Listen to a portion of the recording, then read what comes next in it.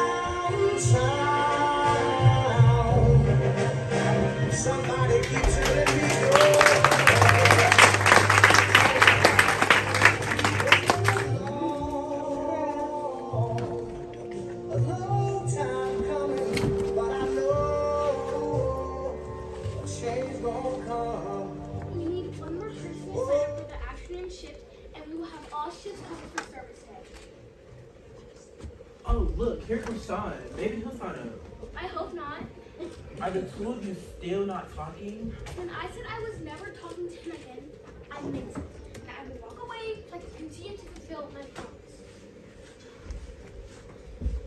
Oh, hey, Sean. Are you interested in volunteering for Service Day? Yeah, I just need 8 more service hours to graduate. How many do I get for this? Well, we do have 5-hour volunteer shifts so that you only get 5. So if I sign up for both of them, will I get the full 8? Just trying to graduate? Of course you can. We all want you to graduate. Well, some of us. McKinley's still not letting up. No matter how many times I apologize, she still won't talk to me. She will come around. Just give her some time. It's been 3 months since. I gotta get to Harvey's class. Let's catch him on Saturday. I'll get there early. Okay, cool. I have to get to class myself. McKinley can pack up her stuff herself. Really, George? He really left for class, and now I have to clean up by myself. It's a good thing I have study hall. Here are my manners. Hi, my name is McKinley Payne, and I'm the founder and president of the Black Drama Club. I started the club last year when I fell in love with Sasaki Shell days for cover girls who have considered suicide when the rainbow isn't out, while searching for a new read at the Malloy East Winston Heritage Center. The cover art called out to me. Take a look yourself. So, I opened it. Dark phrases of womanhood, of never having been enough, half notes scattered, without rhythm, no tune, distraught laughter falling, over a black girl's shoulder. It's funny, it's hysterical, the melodiousness of her dance.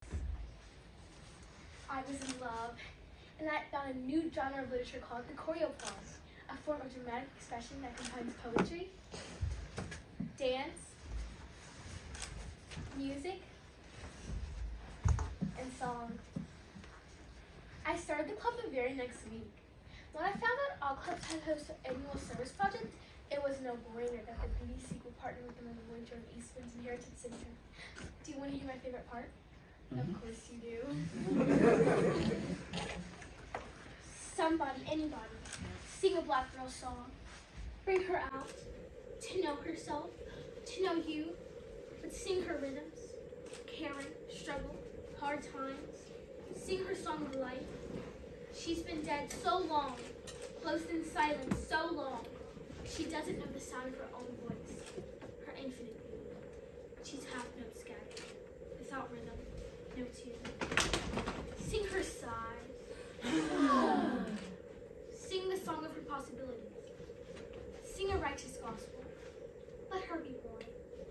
her people and handle her monthly. McKinley, you're daydreaming again. No, I'm not. I'm packing up. No, girl. You definitely were. I can literally see the scene leaving the stage. Of course you're living up for colored girls. Let me guess. Lady in brown? How about you take the find out? Jeez, I was just trying to see how we did the scene. We have enough people. Too bad Sean is one of them. How many times have I to tell you just to forgive him? It's been like, what, 3 months? It's time to let this grudge go. Grudge? I was betrayed and abandoned. How many times have it taken to get so personal? He had a decision to make and he made it. I think we should support him. You support him. I'll see you at rehearsal.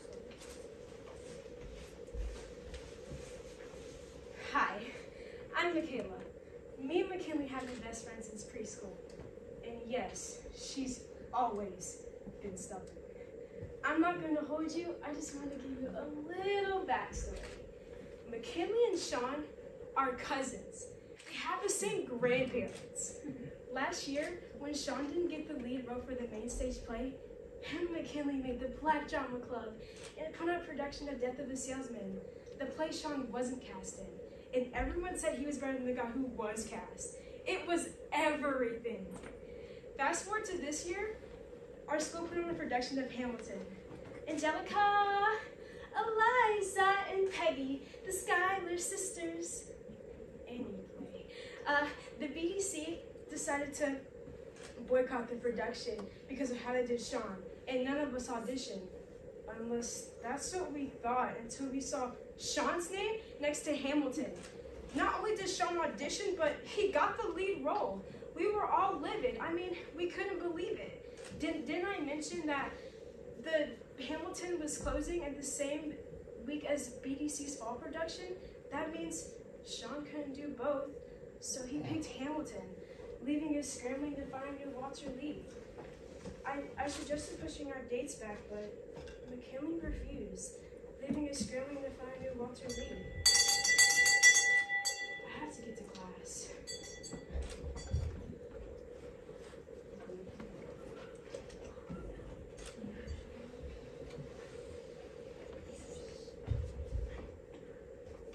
Hey, George.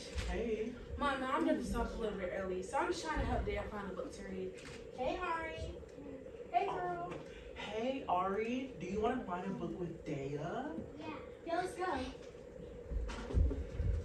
I hear Sean's gonna be here today. This should be interesting. I hope not. I hope today is the day that we put silent boycotts to rest. I'm trying to see Hamilton next week. Me too. I kind of wanted to be in it. Ooh, same. Hey guys, I thought I was the only one here to toss sisters right down to the computers. I was cleaning out the archival section when I came across the history of the Malloy Jordan. Did you know it was named after George Moses Wharton? Yeah, he was the first Black published poet in the South. He published all his poetry while enslaved. His story is insane. Well, he was enslaved. How did he do that? Well, his enslaver refused to sell him his freedom, so he did pay for his time. He used his money for selling his poetry. Well, he did have 17 years of freedom before he died in 1883. Well, take a look. I found one of his books and wrote some of my favorite poetry down. I think we could tribute to him during Poetry Month in April. We could have lots of people reading, and we could have dancers. Yeah, lots of dancers. Good morning. Good morning. I'm Elwanda Ingram, and it's a pleasure to be here today to learn about an early African-American poet. His name was George Moses Horton. He was born a slave on William Horton's tobacco plantation. He taught himself to read. Back then, enslaved persons were forbidden to learn how to read because literacy is freedom. Around 1815, he began composing poems in his head, saying them aloud and selling them to an increasingly large crowd of buyers at the weekly Chapel Hill Farmers Market. And we still have farmers markets. Students at the nearby University of North Carolina bought his love poems and lent him books. They would give those love poems to their significant others. As his fame spread, he gained the attention of Caroline Lee Whiting Hentz, a novelist and professor's wife who transcribed his poetry and helped publish it in her hometown newspaper. And with her assistance, Horton published his first collection of poetry, The Hope of Liberty, in 1829. That's a long time ago. He became the first African-American man to publish a book in the South, and one of the first to publicly protest his slavery as a poet. Horton hoped to earn enough money from the publication of his book to buy his freedom. Still, his attempts were denied despite significant support from members of the public, including the governor. He learned to write in 1832. In the early 1830s, with a weekly income from his poems of at least $3 back then. $3 went a long way. Horton arranged to purchase his time from his owner and became a full-time poet, handyman, and servant at the university. He continued to buy his own time for more than 30 years while publishing a second collection of poetry, The Poetical Works, in 1845, and continuing to appeal for his freedom. After the Civil War, Horton traveled with the 9th Michigan Cavalry Volunteers throughout North Carolina. During those travels, he composed the poems that make up his third collection, Naked Genius, in 1865, published in Raleigh. After 68 years as a slave, he settled in Philadelphia for at least 17 years of freedom before his death in 1883. The residents of Chatham County celebrate his legacy. He is the namesake of Horton Middle School. June 28th was declared George Moses Horton Day in 1978. And in 1997, he was declared the historic Poet Laureate of Chatham County. Horton's poetry is featured in the Norton Anthology of African American Literature, and in 1996, he was inducted into the North Carolina Literary Hall of Fame. His poems appear in the Black Bard of North Carolina, George Moses Horton and His Poetry, in 1997, edited by Joan Sherman. Horton's poetry displays a keen ear for rhythm and rhyme, and a circumspect understanding of human nature. His poetry explores faith, love, and slavery, while celebrating the rural beauty of Chatham County, home of the plantation on which Horton spent much of his life. A historical marker stands near where Horton's plantation was located. So he had a very interesting life, born as an enslaved person, but that did not stop him from becoming literate. And I want to share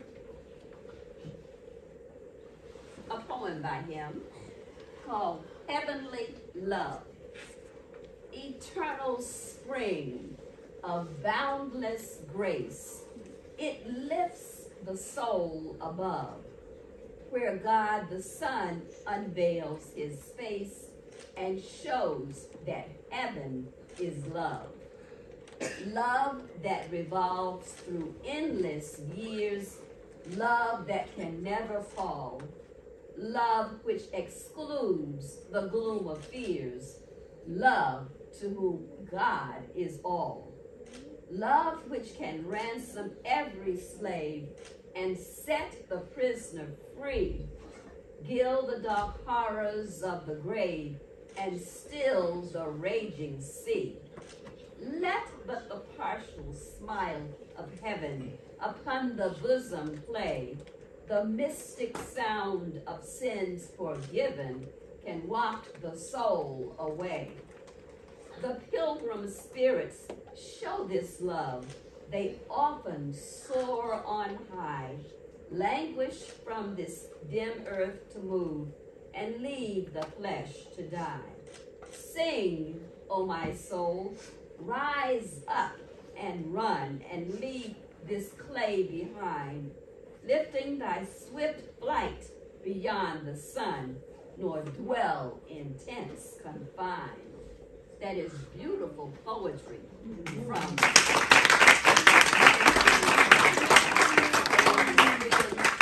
and became great poet.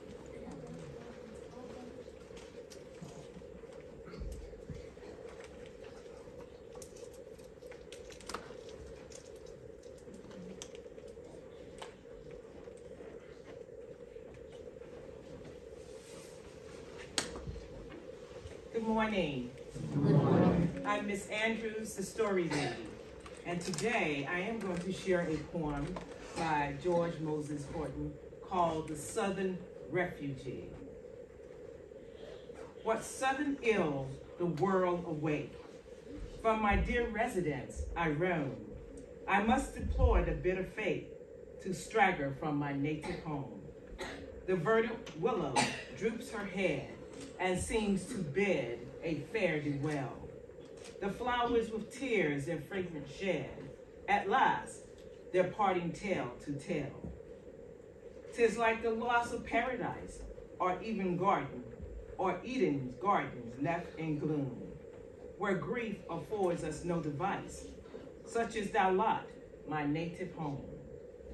I never shall forget my sad departure far away, until the sun of life is set and leaves behind no beam of day. How can I from my seat remove and leave my ever devoted home, and the dear garden which I love, the beauty of my native home? At last, sequestered, set aside, it is a mournful tale to tell. 'Tis like a lone deserted bride that bade her bridegroom fare thee well. I trust I soon shall dry the tear and leave forever hence to roam, far from a residence so dear, the place of beauty, my native home.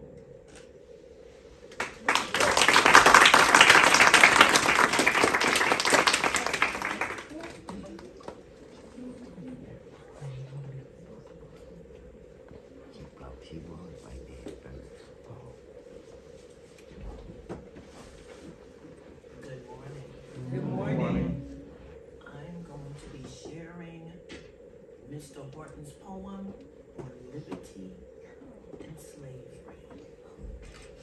I may not be able to get through it, but I'll get in joke.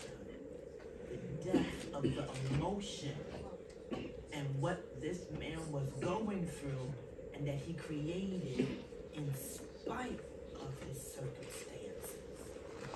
So remember, you are not your circumstances. You are not what someone does to you. You are not what someone says about you. When we were enslaved,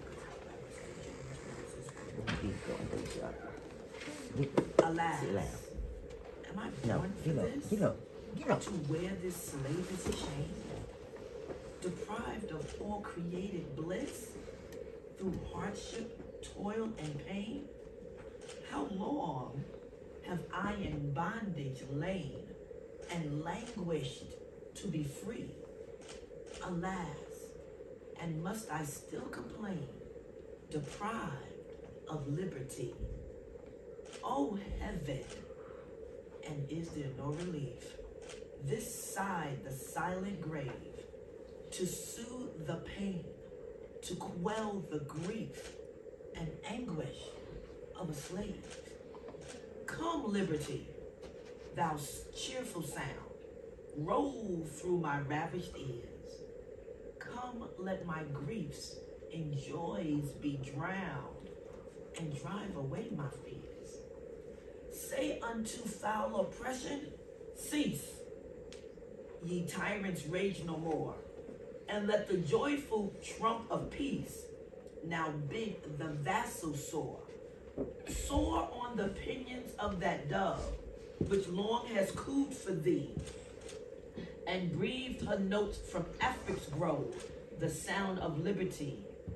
O liberty, thou golden prize, so often sought by blood. O liberty, thou golden prize, so often sought by blood. We crave thy sacred sun to rise, the gift of nature's God. Bid slavery hide her haggard face, and barbarism fly. I scorn to see the sad disgrace in which enslaved I lie. Dear liberty, upon thy breast I languish to respire, and like the swan unto her rest, I'd like to thy smiles retire. O blessed asylum, heavenly balm, unto thy boughs I flee, and in the shades the storm shall come with songs of liberty.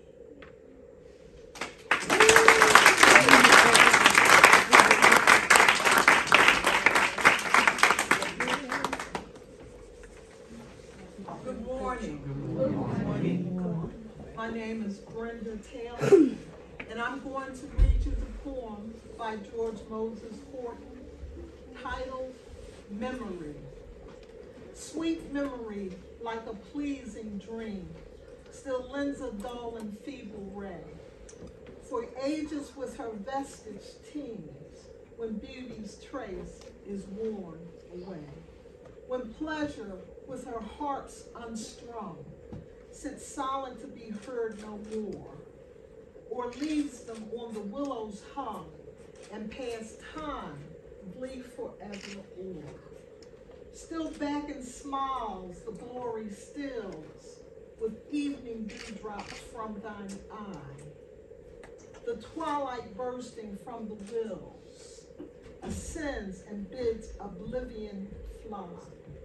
Memory, thy bush prevails to bloom, designed to fade, no, never, never, will stamp the vestige on the tomb, and bid the immortal live forever.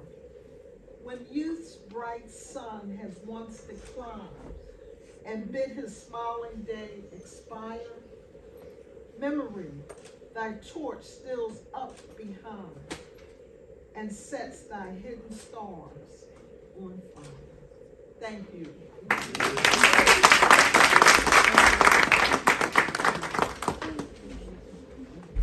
Share another poignant poem with you by Mr. Horton.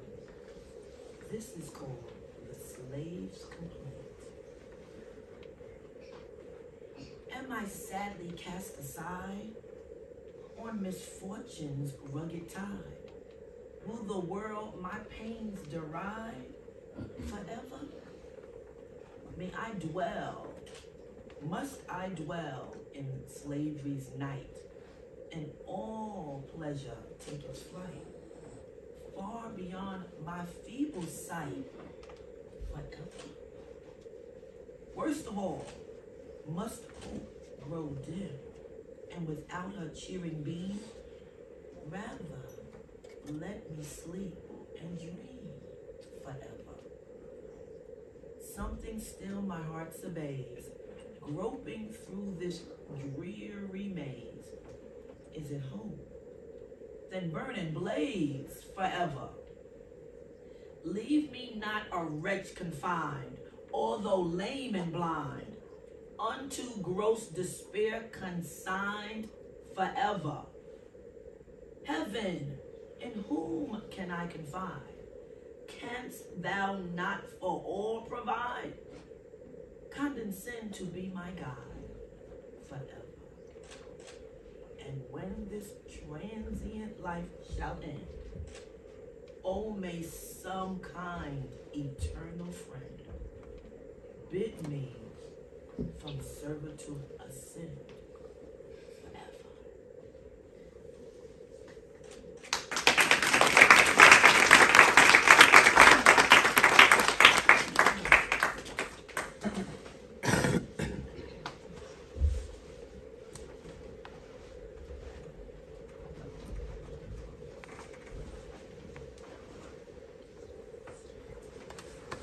On Summer by George Moses Horton.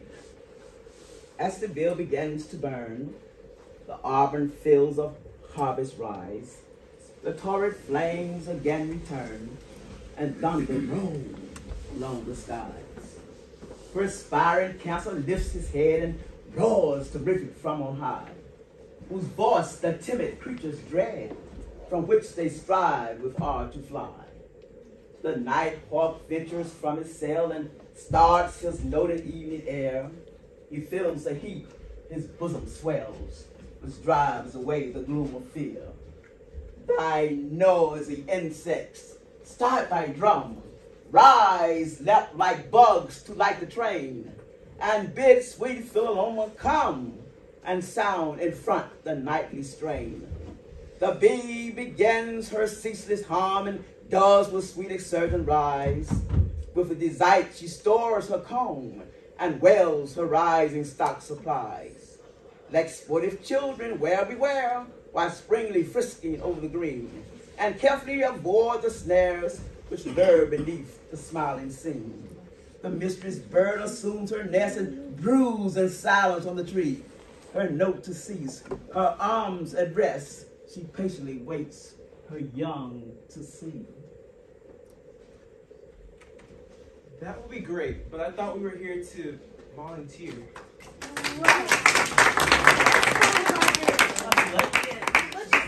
Yeah, let's go. I didn't really need the volunteer hours. I just wanted to come and patch things up with the BDC because I still want to be a part of it. I just messed up, and I need to make things right. Last year, me and my cousin came up with this idea for a new club out of our anger and frustration with our school's theater program. We were sitting in the Malloy Jordan Library when we came up with the idea for the BDC, the Black Drama Club. Now, McKinley will tell you it came from her seeing the cover for Colored Girls, but it actually came from the history of this space. You see, in 1927, the first library branch for African Americans opened in the Chestnut Street YWCA. It was named for famous poet George Moses Horton. In 1931, the city rented one room at 216 East 6th Street, which was formerly a store. This housed the library until 1937, when another room was rented and the space doubled. In 1953, Dr. J.C. Jordan, Dr. H.D., and H.R. Malloy donated land for a new library. And on November 14, 1954, the East Winston Branch Library was opened and dedicated to the public the next day. And on January 12, 2004, the county commissioners changed the name to the Malloy Jordan East Winston Heritage Center.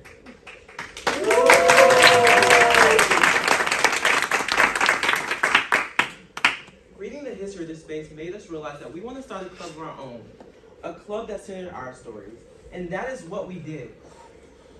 I wish I'd been honest about auditioning for Hamilton, but honestly, I didn't want them to think I was a traitor, and I didn't even think I was going to make it. If I could do it all over again, I would. But I would ask to do it in partnership with the BDC.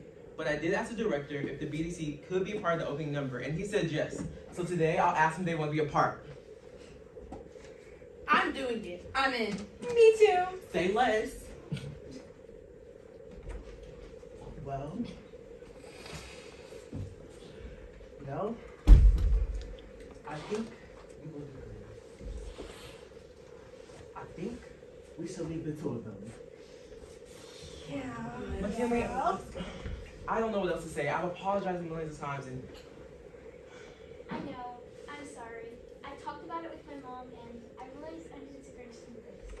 I think it's cool that the BDC can be a part, and I'll support all of you, but I won't do it. I still think colorblind casting is weird, and I stand firm not participating in a play that celebrates American patriotism. I'm happy. I'm still open to doing a Raisin in the Sun in the spring, too. A little too soon. We just have to get through the day. We have to clean and reorganize every shelf in the library, and we only have 8 hours to do it. Let's make Dr. Jordan, Dr. Horton, and Mr. Malloy proud. I'm so glad that you're already in the hunk again. Artie and I was going to suggest going for scissors.